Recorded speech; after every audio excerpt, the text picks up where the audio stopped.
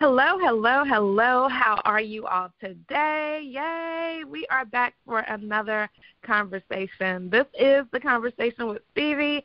This is the place where the why behind the what of what people do is uncovered and discovered. So I am Dr. Stevie Aisha Mills, and I help you to really use your knowledge and expertise to make money online.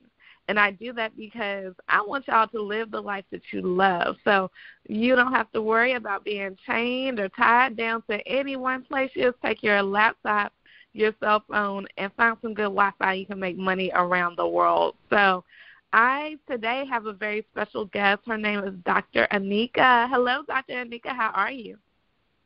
Hello. I am doing well. How are you? Doing good today. Thank you so much.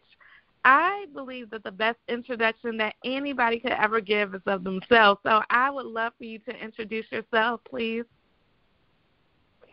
Great. Thank you so much. My name is Dr. Onika Shirley. I am the founder and CEO of Action Speaks Volume Incorporated, where I'm known as your procrastination strategist, behavior change expert, where I help individuals to build unshakable confidence, stop procrastinating, and to get their dreams out of their head into their lives. Awesome, awesome, awesome. I love all of that. And I know recently you were involved in such an amazing conference. I've been able to speak to some of the other women, and I've also been able to speak to Dr. Karen. And so tell me about your experience with that Sister Leaders Conference. Oh, wow. What an amazing experience. Sister Leaders Conference was such inspiration. It was such empowerment. It was such motivation. And it was also confirmation that the things that we are doing as sisters, as leaders, as women of empowerment, that it is needed, that there is a need for what we have, and not only a need, there's a desire. And that's what I really enjoyed about the conference, because a lot of times the things that we need, we don't want. But when you see that there is a hunger and a need at the same time, it just meshes together, and it is such a blessing. And so being a part of Sister Leaders Conference was so amazing. I love that. I love that. And I love the way that your voice was, like, excited just now. You got really excited, so we know it's good. We know it's good. I love that. I love it. And I want to go back just a moment to what you said about the work that you do and about procrastination, because I understand, honey, that procrastination is something that, ooh, Lord, a lot of people struggle with, and so I'm glad that you're out here helping people. Why do you think most people procrastinate? That's a great question. I think I wouldn't give a number to it, but one reason that many people procrastinate is the big fear. Is out of fear. People procrastinate out of fear. And I think the fear of that goes in many directions. We can take that north, south, east, and west. I think the fear of failure. I think the fear of what other people feel. I think the fear of success, and the fear of just being able to accomplish what they desire to accomplish, which hinders and holds a lot of people back from even starting, because they don't know what the outcome would be. They don't know, what the impact would be. They don't know if what they are offering will be received, and so they don't start. They never start. Wow. And I know that in this time that we've been in, COVID, quarantine, all types of things changing in our world, that people probably have been procrastinating on pivoting. How have you had to pivot in this time? Absolutely. Well, me pivoting in this time, I've been on this journey for a while, so it wasn't really a pivot for me, honestly, if I'm just open. It wasn't really a pivot for me during COVID because the things that I do now, I was doing pre-COVID. So I think being driven and determined and just seeing what I want. So I'm a person of visualization, and when I see when I currently see is not with when what I currently see is not what I saw, I know that there's still work to do. So I like to say that I don't stop when I'm tired. I stop when I'm done. And so during this season, there has had to be some changes in the way I did business to be able to serve other people. So I can speak to that pivoting because you're not engaging face-to-face, and so you have to do some extra things. And it's not even necessarily, sometimes we may be on a Zoom or some other form of video speaking, and we feel like we have to see the person's face. But I think when we get in the person's heart and when we get in the person's head, we're still able to make that impact without seeing their face. But I know for some people they need that. And so there has had to be a pivot, an increase on face-to-face encounter for those individuals that need a face-to-face encounter since they're not able to touch and hug and to see as we did pre-COVID. Awesome. And the fear of success, why do you think so many people are fearful of succeeding? I think a lot of people think that they don't know how to identify that. Oh, my God, that is a great question.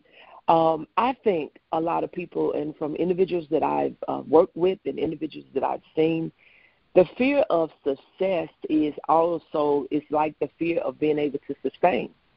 So a lot of people, they feel like if I get it, would I be able to keep it? If I buy it, would I be able to afford it? If I do it, would I be able to sustain it? So I think the overall fear of success is not knowing if they can sustain it, but it's also what people would think. What people would think.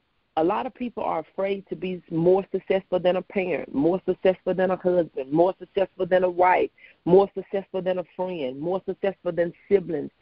They still want to be accepted, but they are fearful of what the people will say that they love and that they care about, not really realizing that if the people of their concern really cared about them, that they would want what they want.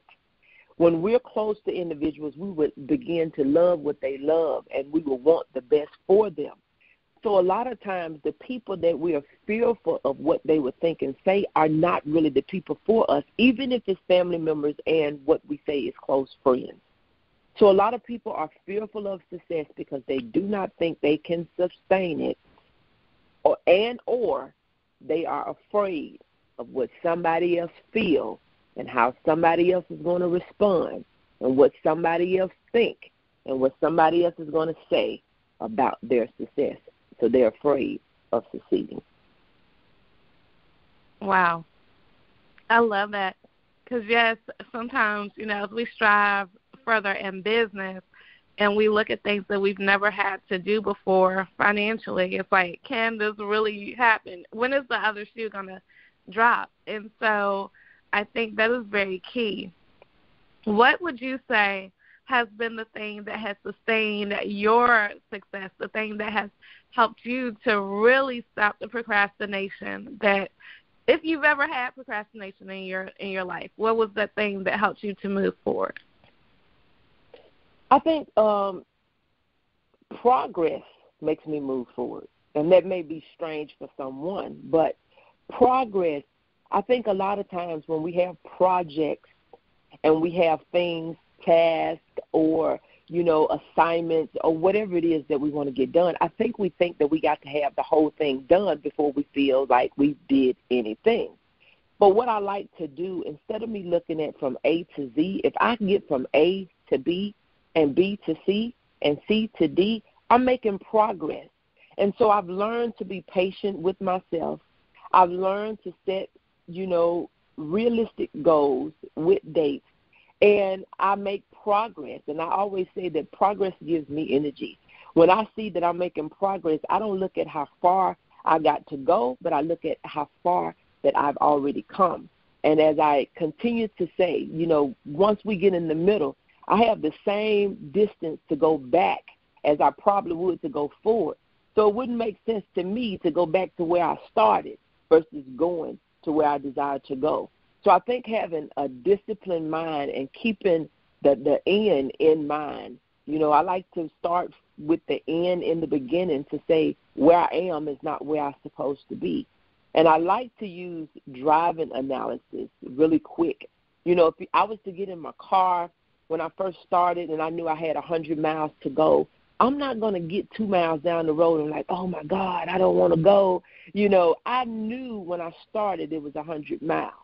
Now, what I can do to make that a little bit easier is not look at every mile that I go. A lot of times we get on the scale every day and we get disappointed. A lot of times we'll look at our goals every day, which we should, because when they're out of sight, they're out of mind. But we don't want to look at them if they discourage us from moving.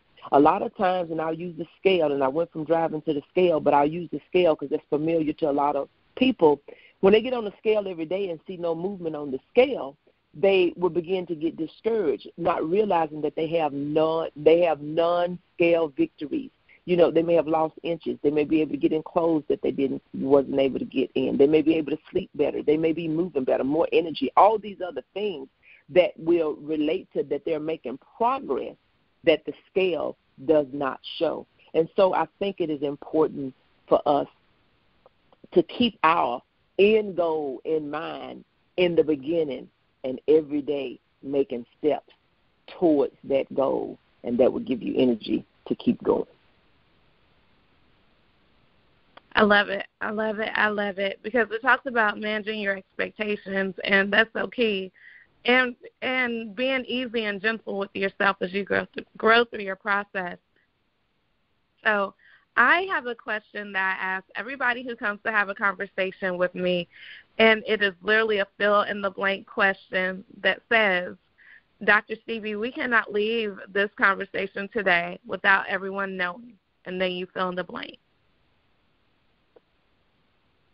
We cannot leave this conversation today without everyone knowing that they have something to offer. And if you're procrastinating, and if you are not serving, and if you're walking in self-doubt and fear, that you are not serving in the capacity that you were born to serve. You were born for this. You have a gift that nobody else has. So we can't leave this conversation today without the listening audience know that their life, their gift, their voice, and their influence and impact, it matters. Awesome, awesome. Please do go ahead and give your contact information. I'm on social media as Onika Shirley. That would be Facebook. I'm also on Instagram at Action Speaks. Instagram Action Speaks. Again, Facebook as Onika Shirley. Thank you so much, Dr. Onika, for having this conversation with me. It's been very enlightening, and I know that it's been able to bless so many people, so thank you. Thank you so much for the opportunity. God bless you. You're welcome. So, everybody, we have just had an amazing conversation with Dr. Onika. Listen, y'all need to connect with her. She's going to help you move from where you are to where you desire to be. That is so key in life and business. I am Dr. Stevie Aisha Mills. I'm super excited that you've had a conversation with me today. And the way that you can stay connected with me is to make sure that you spell my first name correctly, Stevii. That way you can go to workwithstevie.com. Again, workwithstevie.com. I always end everything that I do the same way, and that literally is to tell you to make it a great day. Don't have a great day. Make it a great day. Why? Because you, and yes, all of y'all listening to the conversation with Stevie too have the power to do so. Bye for now.